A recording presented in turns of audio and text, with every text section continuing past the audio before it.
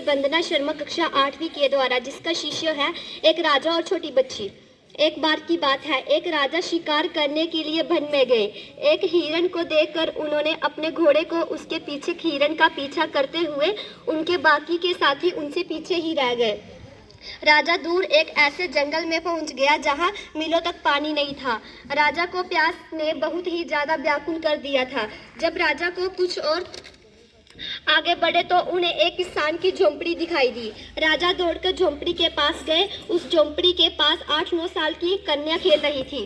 राजा ने उस कन्या से कहा, बेटी शीघ्र ही एक गिलास जल लाओ, मुझको बहुत जोर से प्यास लगी है। उस कन्या ने राजा को आम मुसाफिर समझकर एक खाट लाकर डाल दी और बैठने के लिए कहा तथा जल का एक गिलास लाकर राजा के हाथ में थमा दिया।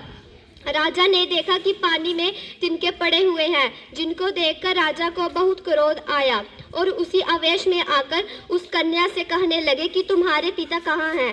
कन्या ने उत्तर दिया, मिट्टी को मिट्टी में मिलाने गए हैं। राजा को लड़की पर और ज्यादा क्रोध आया, परंतु प्यास लगी थी, जल पीना था, इसलिए राजा क्रोध दबाकर कहने लगे कि और साफ जल लाओ। वह कन्या जल लाने के लिए फिर से झोंपड़ी के अंदर गई। इतने में ही उस लड़की का पिता वहां आ गया। उसने तुरंत राजा को पहचान लिया और उनको प्रणाम किया और कहने लगा कि हजूर, आप एक गरीब की झोंपड़ी में कैसे पधारे। राजा कहने लगा कि मैं शिकार करने के लिए वन में आया था, अपने साथियों से बिछड़कर दूर आ गया हूँ। मुझे बहुत जोर की प्यास लगी थी, तो जहाँ तुम्हारी कन्या से मैंने जल मांगा, तब तुम्हारी कन्या जल में तिनके डाल कर लाई। जब मैंने तुम्हारे बारे में पूछा तो उसने कहा कि मिट्टी को मिट्टी में मिलाने गए हैं। तो कन्या के पिता कहने लगे, हजूर, कन्या ने ठीक ही उत्तर दिया है। एक सज्जन के बच्चे की मौत हो गई थी, हम उसके शरीर को मिट्टी में दबाने गए थे।